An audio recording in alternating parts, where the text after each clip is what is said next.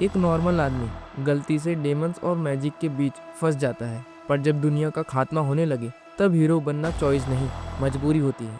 13,000 AD में ऐश और कुछ और प्रिजनर्स जंजीरों में बंधे हुए अपनी मौत की तरफ ले जाए जा रहे होते हैं, लेकिन ऐश की लाइफ हमेशा से ऐसी नहीं होती। 1992 में ऐश अपनी गर्लफ्रेंड के साथ ग्रोसरी स्टोर में काम करता था। एक दिन दोनों माउंटेन में वेकेशन पर जा रहे होते हैं और एक पुरानी कैबिन में रुकते हैं। वहाँ उन्हें एक अजीब सी बुक मिलती है, नेक्रोनोमिकॉन, जो ह्यूमंस फ्लेश से बंधी होती है, ब्लड से लिखी होती है। इस बुक में ब्रूटल रिचुअल्स और डीमन रिसोर्स सेक्शन जैसे खतरनाक स्पेल्स होते हैं। बुक एक्टिव हो जाती है, जंगल में एक डेमोनिक फोर्स जाग जाती है जो ऐश की गर्लफ्रेंड को मार देती है और ऐश के हाथ को पोजेस कर लेती है। मजबूरन ऐश अपना हाथ काटकर चैन सो लगा लेता है, लेकिन डेंजर यहीं नहीं रुकता।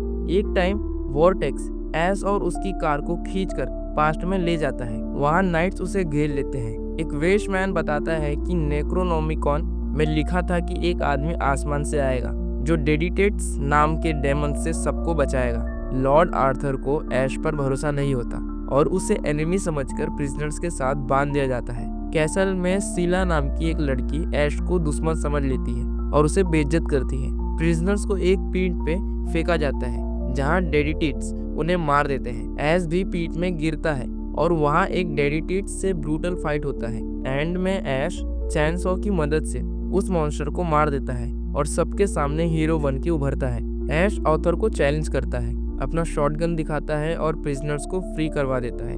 अब लोग उसे सर्वाइवर मान लेते हैं। कैसल में ऐश को पता चलता है कि नेक्रोनोमिकॉन लाना जरूरी है ताकि डेडिटेट्स को हमेशा के लिए रोका जा सके। तभी एक मेड डेडिटेट्स बनकर अटैक कर देती है, जिससे ऐश मुश्किल से मार पाता है। फाइनली ऐश बुक लाने के लिए एग्री करता है और अपने लिए एक मेटल हैंड बनवाता है। ऐश अकेला फॉरेस्ट और कब्रिस्तान की तरफ जाता है जहां नेक्रोनोमिकॉन रखी होती है। रास्ते में उस पर एक इनविजिबल इविल अटैक करता है और एक विंड मिल में ऐश को अपनी ही शक्ल की मिनी डीमन से लड़ना पड़ता है। उसका इविल वर्जन इविल ऐश भी जिंदा हो जाता है, जिसे ऐश जमीन में दफना देता है। कब्रिस्तान में ऐश गलती से 3 वर्ड सही से नहीं बोलता, जिससे आर्मी ऑफ द डेड जाग जाती है। कैसल पर स्केलेटन आर्मी अटैक कर देती है और सीला भी डेडिटेट्स बन जाती है।